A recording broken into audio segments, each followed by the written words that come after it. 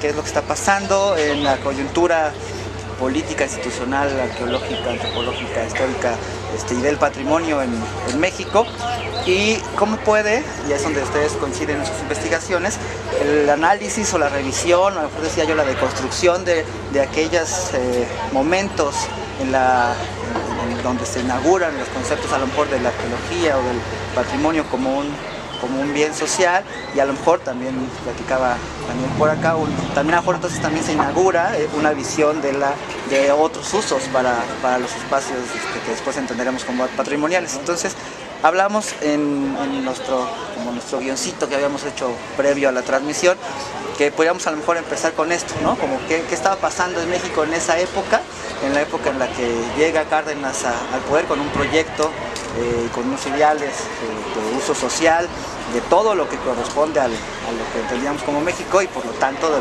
a la investigación antropológica. Entonces a lo mejor igual podemos comenzar por ahí. Omar, ¿cómo ves? Sí, ¿quieres? No. Recordemos que Cárdenas ya viene apoyando la cuestión arqueológica y antropológica desde su gobierno en Michoacán, cuando fue gobernador de Michoacán. Además de dar un impresionante apoyo a la educación, ¿no? Que además exageró, ha sido criticado por haber exagerado, prácticamente dio la mitad del presupuesto a la educación, ¿no? Del estado de Michoacán, y eso es muy fuerte. Pero además apoyó varios proyectos, ¿no? De antropología y de arqueología cuando fue gobernador. Entonces él conocía ya estas actividades, él conocía ya las cuestiones del patrimonio arqueológico, cultural en su generalidad, y al entrar al gobierno ya de la República, a la presidencia, sucede algo chistoso, porque la arqueología, ¿no? Al menos la arqueología sufre un desfase con las políticas cardenistas, es decir, se integra a las políticas cardenistas ya tal vez pasados 2 años de iniciado la presidencia de Lázaro Cárdenas, y eso sucedió ya prácticamente cuando Alfonso Caso hace todo un plan, ¿no? Para invitar al presidente a Oaxaca, en este caso al sitio arqueológico de Monte Albán. Y en el contexto de una gira indigenista, pues surge, ¿no? Ese primer contacto, o un contacto mucho más fuerte, que va a relacionar de ahí para el Real, bueno, hasta donde pudo llegar esa inercia, las políticas de Cárdenas con las cuestiones de la arqueología y la antropología en nuestro país. Y ahí hay un giro, ¿no? Hay un giro en las políticas culturales mexicanas. Tan fue fuerte el giro que se crean una serie de instituciones que se van a ocupar de la cultura mexicana, y bueno, nos van a dar vida, ¿no? Nos van a dar vida, en este caso al INA, al INI y a un montón de instituciones culturales para la época, ¿no? Sí, y bueno, también yo lo que he investigado es cómo también todo este proceso de las políticas de monumentos, yo mi investigación de licenciatura no está tan enfocada en la arqueología per se. Yo lo que me enfoqué fueron en las políticas de monumentos históricos, o sea, todos los edificios coloniales y del siglo XIX, que es como la otra mitad, digamos, del panorama del patrimonio mexicano, en esta división medio arbitraria y drástica. Todo lo de antes de la conquista es arqueología, todo lo de la después es ya histórico, pero sí hubo en la posrevolución, desde finales de los 20s, empezó este ímpetu también por ocuparse más de estos temas, y se declararon 2 leyes, ¿no? Una en 1930 y luego otra en 1934, que dieron inicio institucionalmente al antecedente del INA, que es el Departamento de Monumentos. Entonces eso, y todo esto dentro de este programa cultural educativo que empezó desde Vasconcelos, digamos. Y sí, con Cárdenas pues agarró mucha más fuerza, y finalmente sí, pues, la consolidación de esto fue la creación del INA, que como bien mencionas pues la base de toda la política patrimonial de México. Decíamos, y un poco con este como intro que quería que más bien hicieran ustedes y no yo, porque realmente ustedes son los que dominan esta parte con el conocimiento de esa época en México en materia de política cultural, le cuento a quien nos sigue que la intención de que pudiéramos platicar era precisamente a lo mejor un punto en específico que retomaría de lo que estabas tuiteando hace unos días, Daniel, en el que en un hilo planteabas que el uso social del patrimonio, ¿no?, de los monumentos, de las zonas arqueológicas, es cierto lo que el discurso que conocemos todos para el tiempo de Lázaro Cárdenas es que tenía un valor más bien educativo, ¿no?, y de construcción de una identidad nacional a través de, como resultado más bien de los procesos postrevolucionarios, de consolidación de México ya como una entidad unificada. Eso es lo que todos sabemos y que nos dicen en la escuela, ¿no? Una hipótesis. Por un lado está lo que Daniel planteaba en Twitter, que no solo eso, sino que también se pueden ya empezar a rastrear algunos documentos o algunas evidencias de que había una visión ya del uso más bien comercial, quizás turístico de ese patrimonio, de eso estamos construyendo como patrimonio, ¿no? Pero también existía una vertiente política interesante respecto a lo que podía funcionar al construir esas instituciones que vigilarían esta riqueza o esos espacios pues de construcción de identidad. Yo ahí creo que podríamos sentar en este primer bloque ese debate, ¿no? Si de verdad existía ya una intención de comercialización desde la época del carlismo del patrimonio, o es una lectura que estamos teniendo ahora. ¿Qué podríamos esperar, ¿no? Bueno, yo, o sea, por lo que yo encontré al hacer mi tesis, es que también fue sorpresivo para mí, fue como sí había una presencia de este interés turístico en el patrimonio y uso turístico del patrimonio, porque al final de cuentas la posrevolución y a mí eso es lo que me encanta de la posrevolución, es que es súper contradictoria y pasaron muchas cosas, es muy heterogénea.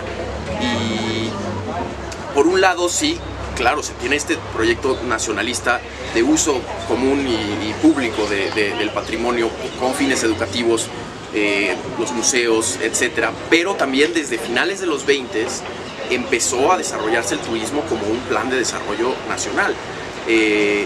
Y eso, pues sí, no es tan conocido. Yo no lo ubicaba y lo descubrí como estudios que se han hecho, curiosamente, principalmente en Estados Unidos al respecto. Sobre esta cuestión, y sí hubo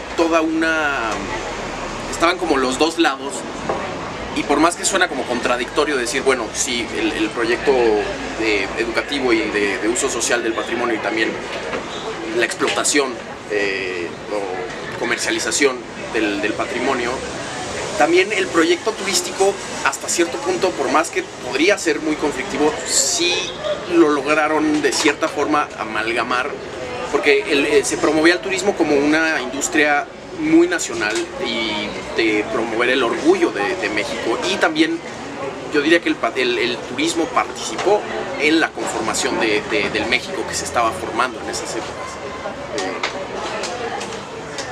Bueno, sí, efectivamente existía. Había una tendencia turística, pero sí hay que matizar los contextos, ¿no?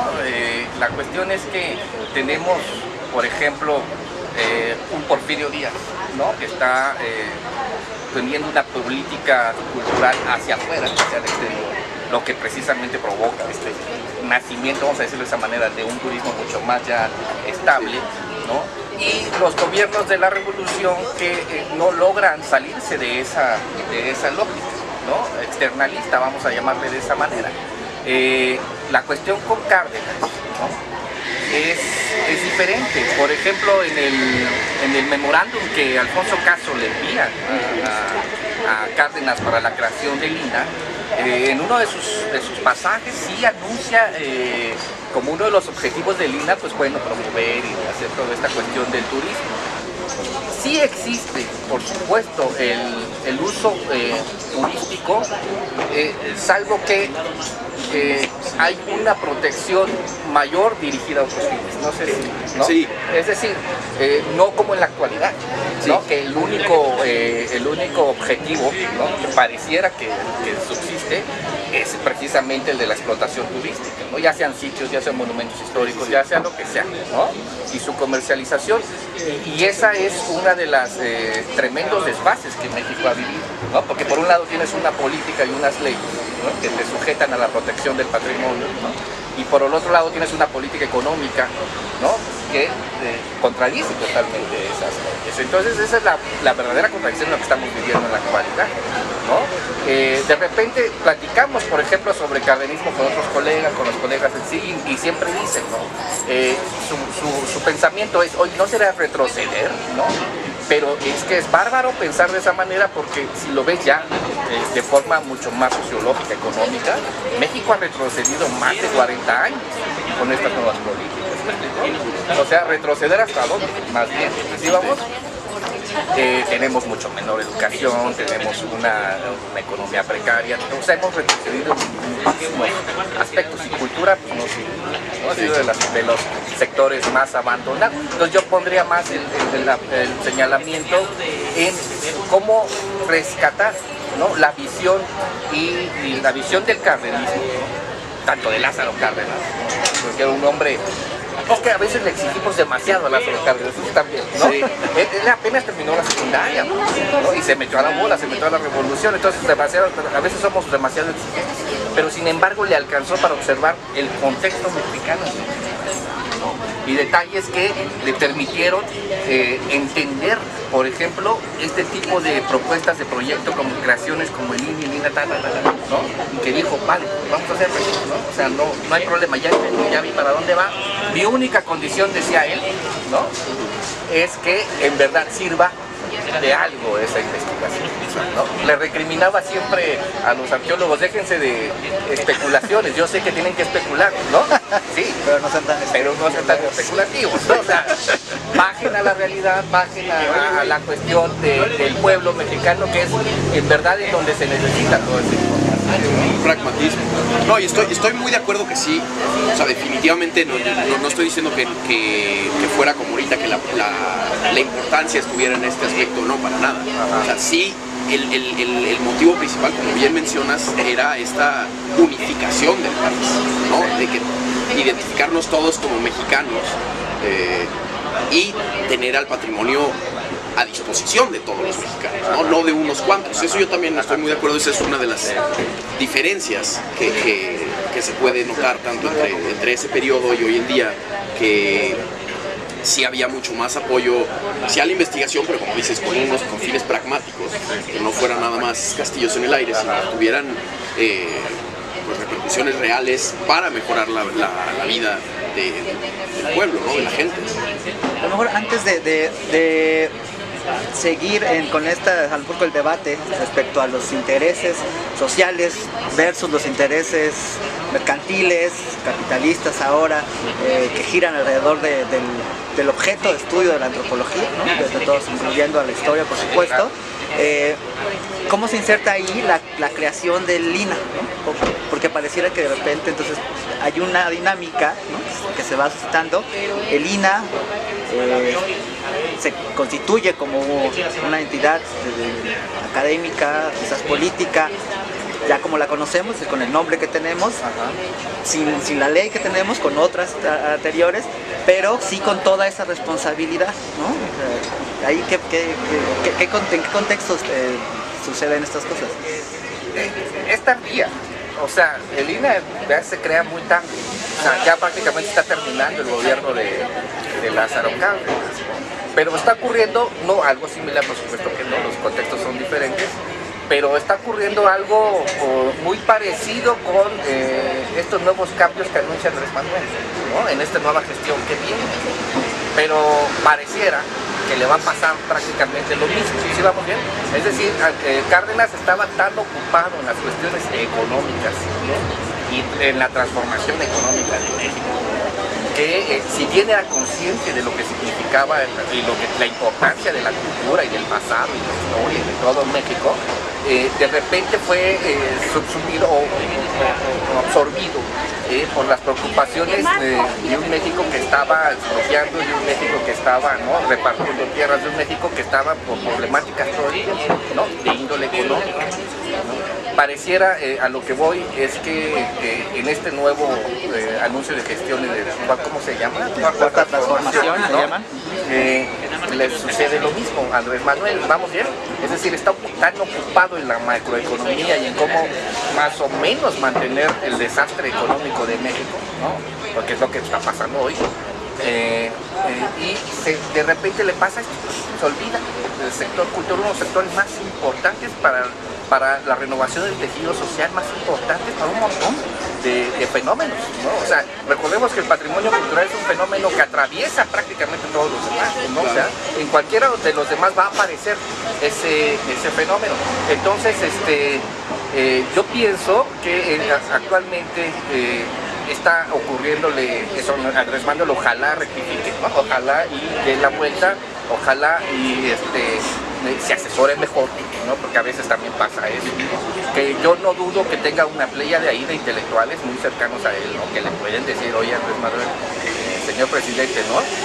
Por ahí no va el rollo, ¿no? O sea, una de las luchas más fuertes que vienen en México es la lucha ideológica, ¿no? Se vio con 30 millones de votantes, ¿no? Que bien o mal ya están como en otro canal, ¿no? Político, y si tú dejas fuera la cuestión histórica, cultural, de esa lucha ideológica, ya perdiste. ¿Sí me explico? O sea, porque es donde radican toda una serie de ideas, no solo de lo que hemos sido, sino de lo que seremos, ¿no? Y lo que somos actualmente. Entonces, es delicado. En ese sentido, para dar la palabra a Daniel, yo pienso que también le sucedió a Cárdenas algo similar, no por gusto, no porque no quisiera, ¿no? Porque no le importara, ¿no? No, exacto, para nada, tanto le importó que creó estas instituciones, ¿no? Sino más bien por una serie de factores que a veces no permiten, en ocasiones no permiten una visibilización real al inicio de cada sexenio, ¿no? Al inicio de cada gobierno, ¿no? No sé qué pienses tú. Sí, no, yo estoy de acuerdo, y a mí lo que me parece muy interesante de la creación del INAH es que, o sea, yo lo veo como la culminación de un proyecto que empezó bastante antes de Cárdenas, empezó en los 20 realmente. Con toda esta, pues ya había una preocupación por estos temas, porque qué estaba pasando con los sitios arqueológicos, con los monumentos históricos y con las culturas vivas también, ¿no? Y se ve como una pequeña progresión con la legislación de 1930, que siguió siendo vigente cuando se creó el INAH. Ese fue un gran paso, y ahí se creó el Departamento de Monumentos, que es el antecedente institucional directo. Y es curioso porque mucha de la estructura permaneció igual, del Departamento de Monumentos permaneció igual con el INAH, pero ya con o sea, por eso digo que es como la piedra angular que culminó este proyecto que llevaba década y media gestándose, porque ya era un instituto con más autonomía, más recursos, ¿no? Y de ahí, pues, Palreal fue el gran auge de la antropología, la arqueología en México, ¿no? Que es un referente en América Latina. Pero es muy curioso, sí, como ver cómo tampoco no salió de la nada. El INAH no fue un día de Cárdenas, sí, no fue de ya se me va a acabar el sexenio y esto está pendiente. Que sí fue un poco, o sea, sí, porque se siente, ¿no? Que en 39 ya es al mero final de la presidencia. Sí, pensamos que el memorándum se le presentó en el 36, ¿no? O sea, sí, como que lo fueron relegando porque inclusive dentro de este antecedente había problemas, y siempre, o sea, en la documentación, en los archivos te encuentras a cada rato problemas muy similares, o sea, a los que se viven hoy en día, falta de recursos, falta de personal, falta de las instalaciones, etcétera, ¿no? No ha cambiado mucho. No ha cambiado mucho, es muy curioso ahí. Bueno, pero ahí se estaba creando, ¿no? Había eso sí es cierto, ahí era terreno nuevo, ahorita se podía compensar, después de casi 80 años ya no puede ser. Claro. Pero sí es muy curioso, o sea, cuando estaba creando el Departamento de Monumentos, el primer director del Departamento de Monumentos, de hecho, fue el doctor Atl. Por muy poco, no duró duró un año alrededor de las gestiones. Pero sí recuerdo mucho una carta donde le escribe al presidente, que en ese entonces era, ¿quién fue antes de Abelardo Rodríguez? Maximato, bueno. Sí, a Portes Gil, todos los problemas que acusaba de me piden tal y tal y tal, y la ley establece que se tiene que hacer tal y tal y tal, pero pues no alcanza, ¿no? Es como, no tengo recursos. Sí. Entonces, si yo el INAH lo veo, o sea, la creación del INAH la veo como de estos dos puntos de la culminación de un proyecto que llevaba, bueno, que inclusive si nos vamos para atrás, los primeros pasos fueron en el porfiriato, de esto de cómo preocuparse por proteger los sitios arqueológicos y los monumentos históricos. Y entonces fue una culminación, pero también un gran comienzo de todo lo que siguió. Podríamos entonces, quizás, regresando a lo que planteabas, de esta que pareciera una desdén, ¿no? O por lo menos algunos así lo han interpretado, de continuar con la misma administración, es decir, no querer entender la problemática concreta. Es un asunto de simplemente que no es ahorita una prioridad, más que realmente no hay... Yo quiero pensar eso, no significa que sea. Quiero pensarlo porque la cultura merece un respiro también, ¿no? En este país. Yo espero que en verdad sea eso.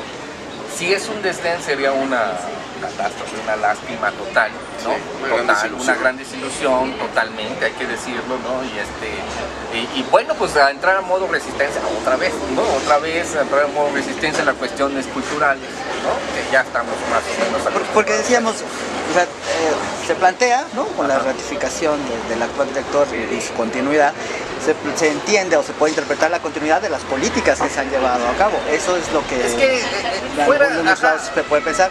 El debate sería, esas son las políticas que nos funcionan, que en la política y todo la forma es fondo. Que yo siento también eso ha sido lo que ha sido tan desconcertante.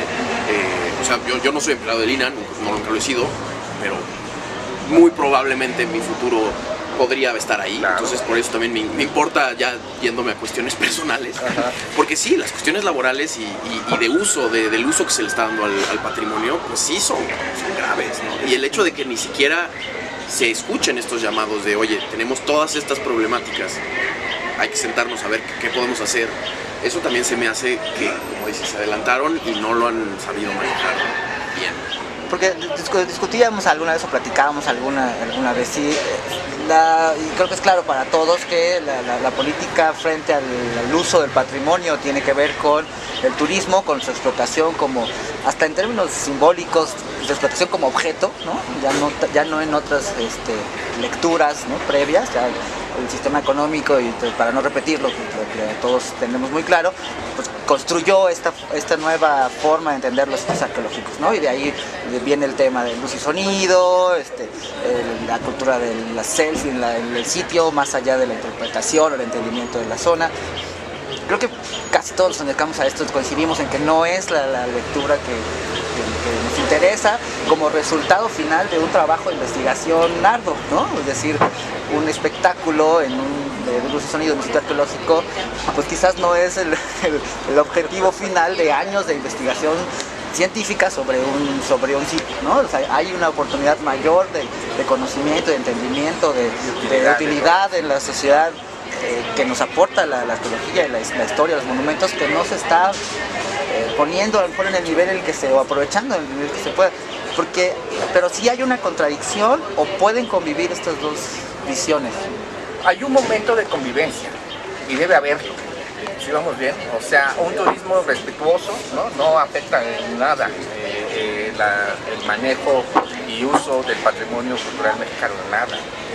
La cuestión es cuando se rebasan los límites de esa utilidad, ¿sí vamos bien? Y entonces entran un turismo depredador, que no necesariamente es el turismo como tal, más bien el turismo también lo es una víctima, ¿no? De quien le presenta la oferta, ¿no? De este tipo de ofertas diferenciales sobre lo que va a visitar, ¿no? Y ahí viene el turista, ¿no? Dicen, bueno, me ofertan esto, pues voy, ¿no? O ¿qué más hago si esto me están ofertando? Y por eso me refiero al turista también como víctima, ¿no? O sea, también como afectado de esto, porque también, recordemos, el turismo es diferenciado, no es homogéneo, ¿no? A veces decimos turismo, ¿no? Ya, es un solo ente ahí, ¿no? Y no, nada que ver. Hay un montón de diferentes turistas, ¿no? Y diferentes clases dentro del turismo, y diferentes objetivos y diferentes inquietudes que quieren encontrar en sus viajes, ¿no? Y en sus visitas, y de repente se topan con que solo tienen una oferta para todos. ¿Sí vamos bien? Y eso es brutal. O sea, también uno no te gustaría ir a Egipto y que tenga nada más una oferta, ¿sí? La misma que le ofertan a todo el mundo. O sea, imaginemos la desilusión también en todos los turistas que vienen, ¿no? O sea, o que visitan el país, es fuerte, ¿no? Y ese famoso intercambio cultural, intercambio de conocimiento, ¿no? La interculturalidad a través del turismo, pues no se da y jamás se dará bajo esos esquemas. Por eso yo pienso que sí es compatible siempre y cuando no se rebase o no se homogenice, como en la actualidad sucede, estas prácticas o estas ofertas. Planteabas igual en Twitter algo al respecto, ¿no? Sí, o sea, yo creo no están forzosamente peleados para nada. Yo creo que, o sea, van muy de la mano y desde siempre yo creo que han estado de la mano, o sea, porque a final de cuentas el turismo se nutre del patrimonio. El patrimonio es uno de los grandes atractivos que tiene, pero sí hay una diferencia a nivel de políticas, a qué se le da prioridad y como dices, cuál es el tope, qué es el objetivo. Porque si el objetivo nada más es hacer dinero, pues sí, o sea, si no le das tanta importancia a este aspecto educacional y más allá de toda la investigación y todo, y nada más haces un espectáculo para entretener a las masas, pues no es... Eso no va por ahí, porque realmente no, como bien mencionas, ni digamos los académicos, investigadores, demás, defensores del patrimonio están contentos, y muchas veces el turista también es como, bueno, pues está bonito la luz y el sonido, pero que no digo que no haya turistas que sí les interesa eso, claro que lo hay, pero como dices, es muy diversificado, y también yo creo que es algo más grande que México, o sea, estas cuestiones de este como empuje en contra del turismo de masas, o sea, Barcelona es el caso, claro, Barcelona, Venecia, que ya son hordas de gente que viene y ya no es insostenible mantener estos sistemas de turismo masivo sin una buena regulación. Yo creo que el secreto está en regular mejor y en encontrar balances, porque sí, yo creo que se puede sacar provecho del turismo, claro, tanto económico pero también educativo, o sea, es como está bien estar orgullosos de lo que tenemos y presumirlo al mundo, digamos, pero es de nuevo ¿dónde está el límite? Hasta qué y eso es yo creo que lo que está en tela de juego ahorita, ¿no? Hay una anotación, hay una cuestión también muy diferencial al interior de México, ¿no? Porque igual, pensamos en un turismo internacional, ok, ese nos da una derrama de divisas, todo el discurso, pero no pensamos tampoco en el turismo mexicano, local, ¿no? Y es triste ver la situación del turismo mexicano, ¿sí me explico? Porque están en su país, ¿no? Y no tienen la oportunidad de conocer, por ejemplo, su pasado, ¿no? En real, en directo, a través de los sitios arqueológicos. En muchas ocasiones, obviamente, es por el dinero, ¿no? Pero en otras es por el desconocimiento de los mismos. ¿Sí vamos bien? O sea, el mexicano no sabe a ciencia cierta lo que tiene en su país. ¿Sí vamos? Y eso es grave. Y eso sucede también por la educación. Ahí tiene la relación otra vez con la educación, ¿no? Si tú desapareces de los libros de texto toda la diversidad histórica y cultural de la primaria y de la secundaria mexicana, ¿no? Pues obviamente van a crecer el niño y el adulto y luego el ciudadano, ¿no? Va a crecer sin la menor idea, ¿no? De lo que tiene en su país. Es una cuestión brutal lo que está pasando, ¿no? Yo te apuesto que si nos ponemos a hacer una encuesta ahorita muy rápido sobre al menos 4 o 5 sitios arqueológicos, los más famosos de México, ¿no? Te vas a quedar de espaldas y cabrón, tampoco no los conocen, ¿no? Sí. No saben dónde están, en qué estado, un montón. No, pues sí, todavía hay un alto porcentaje de gente en México que con todo lo que se supone que ya hay una instrucción general que desconoce, porque para nosotros es elemental, como de que no fueron los aztecas quienes construyeron Teotihuacán. Ándale, es una de las cosas cosita, ¿no? Pero no es su culpa. No, por supuesto que no. Es perdón por la palabra, un pinche sistema educativo feo, ¿no? Malo, malvado, ¿no? Que ha hecho a una población mexicana cada vez más, pues sí, más ciega de su pasado, ¿no? Más, no sé cómo llamarlo, ¿no? O sea, porque es como perder su brújula. No, y que también ha decaído mucho, o sea, el sistema educativo va en picada, que es parte de, yo creo, lo mismo, o sea, todo está relacionado y es muy curioso ahorita lo que mencionas, me recuerda volviendo un poco a los 30s, este impulso al turismo que hubo en los 30s, es muy curioso porque también estaba muy claramente enfocado al turismo extranjero, a los norteamericanos, estadounidenses. Básicamente, la promoción por turismo nacional llegó después, porque ahí realmente se quería entrar en la carrera del dólar para traer esas divisas y es también muy chistoso como lo que digo de estas como contradicciones que a la vez no lo son, porque tenían todo este pues plan de sí cumplir con las promesas de la revolución, ¿no? de planes sociales, desarrollo social, pero que iban un poco de la mano. Entonces, por ejemplo, las carreteras es muy ejemplar de que le daba infraestructura al país para facilitar movimiento de personas, de bienes, mejorar la economía, pero también para atraer turistas. O sea, la carretera de Nuevo Laredo, México, que se inauguró en el 36, fue importantísima. Entonces es como esto, como estaban relacionados, pero de nuevo un poco regresando con un objetivo, una meta muy clara, una visión, sí, de beneficio social, que eso yo creo que sí se ha perdido. O sea, en los últimos 20, 30 años se ha perdido más, se ha ido perdiendo esa, como la guía de que al final de cuentas es un beneficio social, no solo de unos pocos, de enriquecimiento de unos pocos. Yo les iba a comentar, pero de repente puedo ver dos ámbitos en los que el trabajo de la presentación de los monumentos arqueológicos históricos tiene a lo mejor dos escenarios, ¿no? Uno es el de las comunidades, ¿no? La relación es otro tema también, que yo creo que lo podemos platicar en otro espacio, que tiene todo su... Es muy grande, pero más bien aprovecharía quizás centrarnos en el otro ámbito, por lo menos que yo identifico, que es al interior de los gremios de investigación, ¿no? Todos esos actores que estamos alrededor de esto. ¿Y por qué lo meto ahora? No solo por la coyuntura de la lucha de los compañeros, sino porque si entendemos que las dinámicas económicas son las que están determinando hoy en día las políticas de presentación, de uso, de usufructo de los sitios arqueológicos, cómo esas políticas están incidiendo también en las prácticas laborales, ¿no? Y qué pasa con los gremios de investigadores.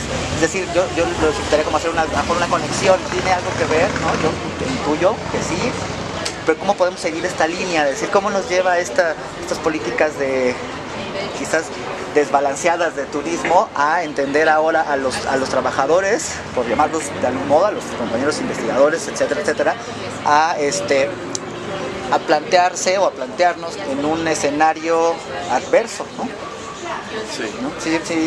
Sí. Sí, más o menos. O sea, yo en lo personal lo que creo que también es por lo que entiendo, una gran problemática es que se tiene todo este gran impulso al turismo porque trae un montón de dinero. Pero el problema es que ese dinero no se ve en la cultura. O sea, pese a toda esa gran inyección de dólares o de euros o de lo que quieras, de capital que el turismo genera a costas del patrimonio, en la cultura no se ve realmente. O sea, porque tienes por el otro lado las condiciones precarias laborales que son terribles. O sea, yo de lo que digo, de lo que conozco desde fuera, yo no, pero es como que, y eso también es algo que se tiene que lidiar, porque no es posible que se tenga, como ahorita me acuerdo hace unos días, ¿quién fue? No me acuerdo qué revista internacional dijo los mejores 20 o 15 museos del mundo, y el Museo Nacional de Antropología e Historia, de Antropología, estaba entre esos, y recuerdo que sí, en Twitter también fue así como, uy, sí es de los mejores del mundo, pero y señalando como todas estas fuentes, se está cayendo, y que sí, exacto. Entonces es como, no cuadra, a mí no me cuadra y no debería de ser así, que algo tan importante dentro del proyecto, digamos, de desarrollo neoliberal y lo que quieras turístico, también no se ve esa inyección no se refleja ese dinero. Sí, no, por puro sentido común, no hay regresión en ese sentido. Fíjate que en ese sentido el INAH es una institución bien noble.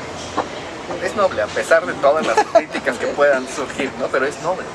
Investigadores que han resistido, ¿no? Todos los embates neoliberales, que han intentado hacer o seguir haciendo investigación decente, ¿no? A pesar de todos los recortes que les han hecho, ¿no?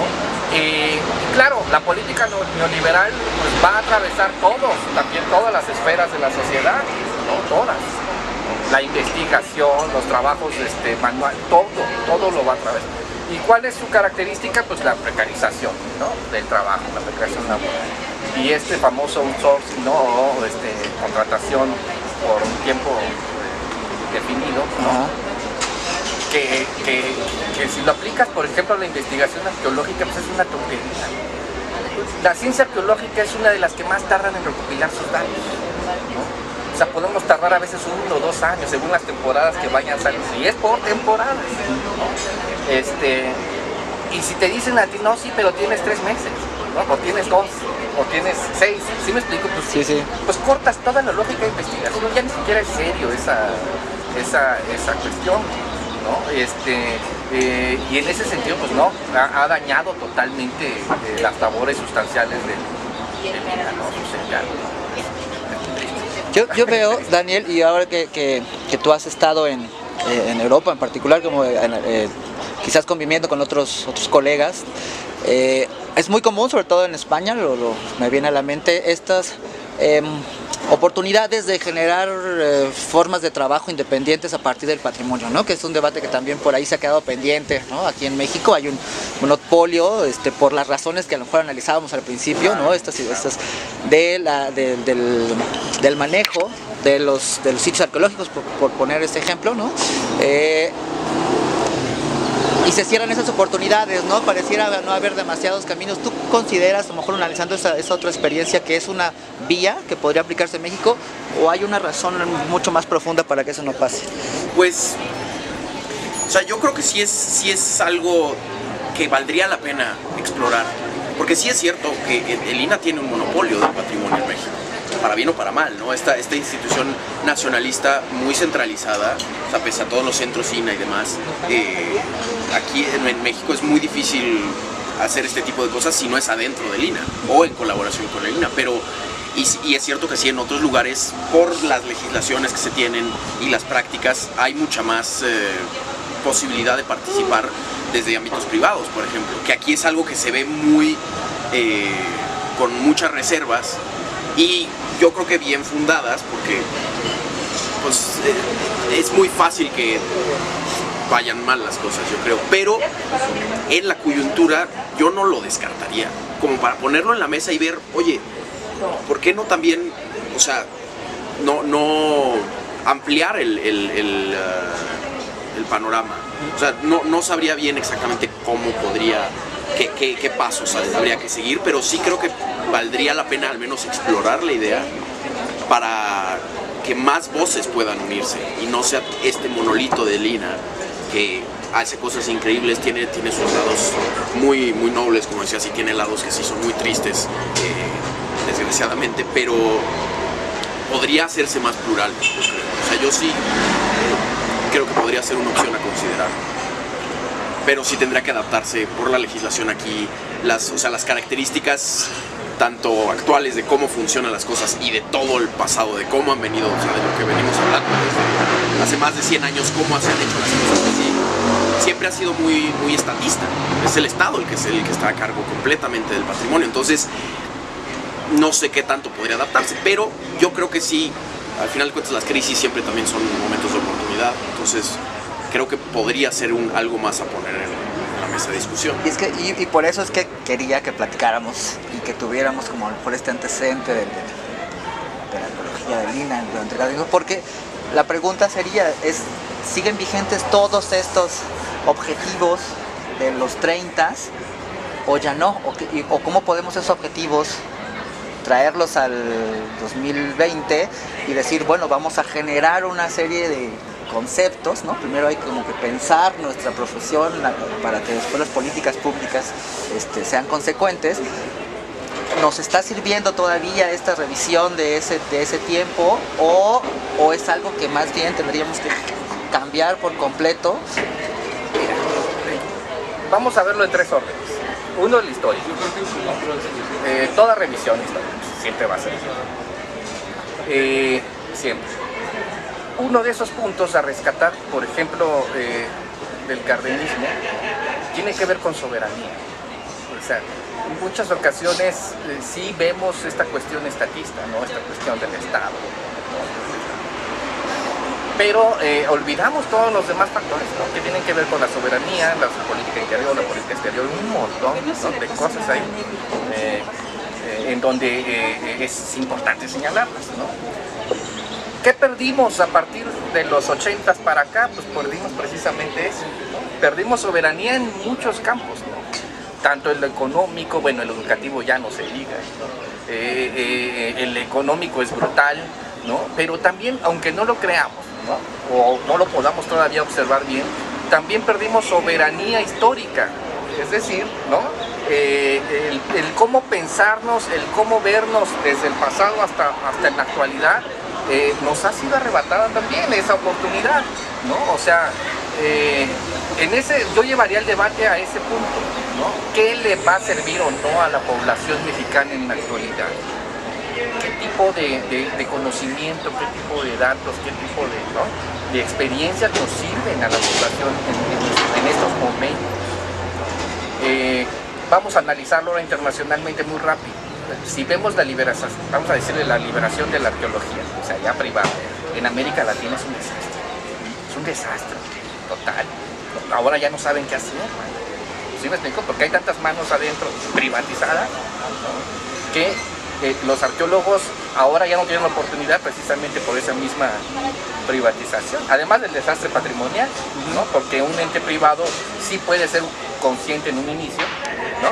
Pero no es que se mantenga siempre en esa línea, porque primero están sus intereses, ¿no? Y si pierde en sus intereses económicos, pierde todo. Entonces, cuando el patrimonio empieza a hacerle perder ganancias, vamos a ser realistas, ¿no? Pues se alejan totalmente de esa protección o de esa, ¿cómo se llama? Esa ética quizás, ética, ¿no? quizás, ¿no? De proteger el patrimonio les vale. Ya lo vimos. Vean Grecia, ¿no? Grecia tenía prácticamente las mismas leyes mexicanas, ¿no? La ley del 72 fue replicada en Grecia también, ¿no? Ven la actualidad cómo está, ¿no? A partir de su crisis, ¿no? Pues están deshechos, ¿no? Deshicieron el patrimonio, esa crisis y ese neoliberalismo atroz, ¿no? Deshizo el patrimonio en una década, ¿no? Eso que habían logrado como más o menos mantener, cuidar, conservar, pues hoy está en peligro total, ¿no? Ya perdieron al menos el 30% del mismo. Para un país como Grecia es mucho, es demasiado, es demasiado. Lo que no podemos permitir que nos suceda es eso, ¿no? Sí, hay que pluralizar la actividad del INAH, sí hay que hacerlo, ¿no? Pero tiene que entrar en un proyecto soberano, del ejercicio soberano de la ciencia, de la investigación y sobre todo del uso de todo ese conocimiento histórico, porque si no, volaríamos otra vez, sí, claro, en un pantano, estaríamos otra vez atrapados, ¿no? En una trampa ahí sin fin. ¿Y crees, Daniel, que la coyuntura de este cambio político en México es una oportunidad o realmente hay mucho más que... O sea, me gustaría creer que sí, pero por lo mismo y por estos grandes riesgos también es algo muy delicado y no sé qué tanto se den o haya ese ímpetu por hacer las cosas y hacerlas bien, porque es que puede muchas cosas salir mal. Entonces yo creo que no sabría realmente decir, pero yo creo que es algo que tener en cuenta. Y esta pluralización sí siento que es muy importante también en cuestiones, o sea, hablando de patrimonio y de identidad nacional, pues también un poco romper este es un solo México, ¿no? Porque México no es uno, son muchísimos Méxicos y eso a través de todas las políticas sí, patrimoniales, educativas, identitarias, por llamarlo, de toda la vida, siempre ha sido muy unificadoras, ¿no? Negando esas otras realidades, con los pueblos indígenas, por ejemplo. O sea, creo que las elecciones, la candidatura de Marichuy abrió esa ventana de esa realidad que, o sea, un poco como el zapatismo en los 90s, que no, pues ahí están, y yo creo que ese es un poco el pluralismo que habría que ver cómo se podría permitir dentro de el manejo, el uso y la protección de los patrimonios, ¿no? De los diferentes patrimonios. Y eso creo que sí es algo que se tiene que hacer porque sigue pasando, son pendientes que se arrastran desde siempre, justo porque también, si vemos de nuevo en los 30s, con Cárdenas y antes y los gobiernos postrevolucionarios, ahí fue cuando empezó un poco esta visión sí contradictoria de que había un gran interés por los pueblos indígenas y los idiomas y la arqueología, la antropología, el patrimonio inmaterial, ¿no? Pero por otro lado tienes un programa educativo que hispaniza a todo el mundo y moderniza a los pueblos indígenas y campesinos, ¿no? Entonces es como, o sea, por un lado sí, que son estas contradicciones que arrastramos a lo mejor, ¿no? Sí, ajá, exacto, pero ¿no? Para ahí sí hay un punto, hay que diferenciar. Recuerden que en el cardenismo estaba la educación socialista. Y la educación socialista fue muy diferente a la educación de unidad nacional que después metieron, a partir de Ávila Camacho, ya prácticamente al final de Ávila Camacho, ¿no? Que ahí se inicia esta cuestión de unificación nacional y la unidad contra la guerra, porque era un momento de guerra, porque era un contexto de guerra mundial. Ahí nace, es una gran oportunidad y ahí es donde centralizan y ahí hacen este gran armatos de lo que se hay que recuperar, por ejemplo, en este caso, de la educación socialista y de Cárdenas, ¿no? Es esta cuestión diferenciada de hacer comunidad. Claro. ¿Sí me explico? Y a través de ese hacer comunidad es apoyar la diversidad cultural y romper en ese esfuerzo, romper con esta homogenización cultural a la que nos han sumergido, además mal hecha, ¿no? Porque está mal contada la historia, sí. mal, ¿no? O sea, la historia oficial la puedes criticar de pe a todo el tiempo, ¿no? O sea, es un montonal de trabajo. Imagínate todo lo que tiene que hacer el INAH, la UNAM, un montón de instituciones educativas, ¿no? Culturales, para reforzar y volver a transformar ahora sí la educación mexicana, ¿no? ¿Hay chance de hacer eso? Pues nosotros no lo podemos contestar. Hay que preguntarle al nuevo presidente. ¿Sí me explico? O sea, va a haber oportunidad de hacer todos estos cambios necesarios para México, ¿no? Pues habrá que ver qué responde. Pero pues ya nos dio la primera, ¿no? La primera respuesta Sí, que fue claro. bastante corta, Sí, ¿no? conservadora, sí, ¿no? sí. De algún modo. Sí, ¿no? Ajá. Es algo que ya está muy presente, ¿no? Estas problemáticas y estas exigencias de respuestas. Y ya, sí, a ver qué pasa, cómo se van dando las cosas ya que empiece el nuevo gobierno. Y, pues sí, a ver, pero siento que el hecho de que la ciudadanía y los trabajadores académicos demás ya esté muy en boga, ya hay estas exigencias y ya está bien, como que hemos llegado a un punto en donde dices ya esto se tiene que lidiar con todas estas problemáticas y eso creo que ya es un buen comienzo, ¿no? Es un buen punto de donde partir. Sí, yo les voy a decir lo que yo creo, no, obviamente no sé, ¿no? Pero interpreto que este mensaje tan prematuro de la continuidad de la dirección de Lina quería buscar esto, quería provocarlo, y si no era lo que quería, por lo menos es una oportunidad para que lo tomemos. Es decir, yo lanzo, ¿no? el mensaje, okay, y veamos cómo responde el gremio de un gremio que yo no conozco, ¿no? Un gremio que no no sé, leo, ¿no? Sobre sus problemáticas, y a lo mejor esto que está sucediendo, de bueno, a ver qué pasó, espérame, teníamos un compromiso social de cambio, y que el mensaje no es el mensaje que me estás mandando, el mensaje que me mandas no es el de transformación. En este periodo de estos meses, quizás un poco, y es como la intención un poco desde el proyecto de nosotros, siempre ha sido un poco esto, poner sobre la mesa todos estos temas cuando no se pueden hablar en muchos lados, o por lo menos abonar a que se siga hablando de esto. ¿No son estos meses una oportunidad para decir, a ver, espérame, ¿no? Pues ya que nos diste oportunidad de decir no, ahora planteemos de una vez todas estas cosas, ¿no?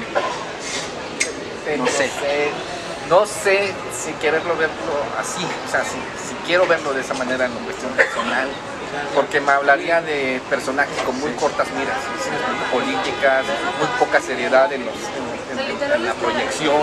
Sin un plan previo de qué es lo que se va a hacer, ¿no? Exactamente, ¿no? Sería muy fuerte. Bueno, es así como que, una decisión conservadora, evidentemente conservadora, continuista, pues no hay que buscarle mucho, habla de que no hay un plan. Prefiero ¿no? verlo así, Sí. y sujetas a que la presión social los haga cambiar. Sí. ¿Sí me explico? O sea, les diga, no, esa posición que estás asumiendo, ¿no? Está totalmente desfasada. Ahora, ustedes desde ahí, ¿no? A lo que ya está sucediendo en México. ¿Sí vamos bien? O sea, más bien sería por ese lado. Ahora, lo que hay que esperar es si tienen la disposición, la voluntad política para escuchar. Sí, de sí generar este diálogo, porque yo también estoy un poco de acuerdo que preferiría creer que es más porque no le saben bien por dónde todavía, o sea, pero sí esperaría que sí pues se den este diálogo, ¿no? Y a nivel de, porque si no, pues sí, seguir yendo contra corriente y a ver qué pasa. Pero sí, estoy muy de acuerdo que sí, el hecho de que se haya destapado, digamos, con esto y un poco antes este año con todo lo de ya pagué mi INA, ya pagué INVA, demás, pues sí es como que se destapó el podredumbre, ¿no? Y cada vez Entonces, surge mucho más, por ahí tuiteábamos que cuando empieza a salir el polvo de debajo de la alfombra, decía, ¿no? Porque empiezan a salir todas las cosas. Bueno, quise ser bastante diplomático, pero sí. No, eso ya la alfombra está así, ¿no? Ya hay un hueco en la alfombra. Ya es una cosa que habrá que asumirla y mostrarla. Sí. ¿no? Y luego los espacios de estos son para poderlo hacer desde acá, pues desde nosotros un poco, ¿no? Sí, porque sería un craso error volver a tratar de meter todo debajo del tapete. Eso esperemos no sea eso lo que depare, porque pues, eso no solucionaría nada y serían perpetuándose y complicándose las cosas. Y creo que sí hay que aprovechar la oportunidad, ¿no?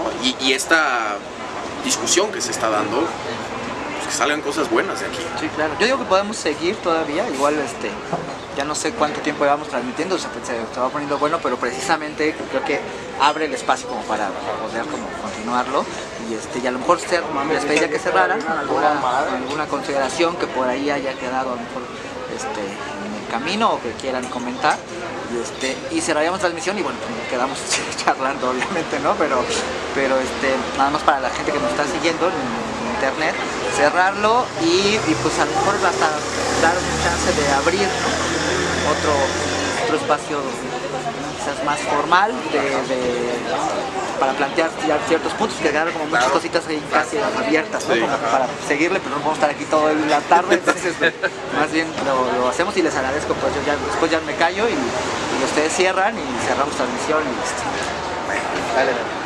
Bueno, no, yo también muchas gracias por la invitación y bueno, reiterar esto de que no, o sea, no es nada nuevo, siempre ha habido problemas, yo creo, y ha habido estas diferentes intereses dentro de la gestión patrimonial, por llamarlo, las políticas culturales, siempre ha habido pues conflicto.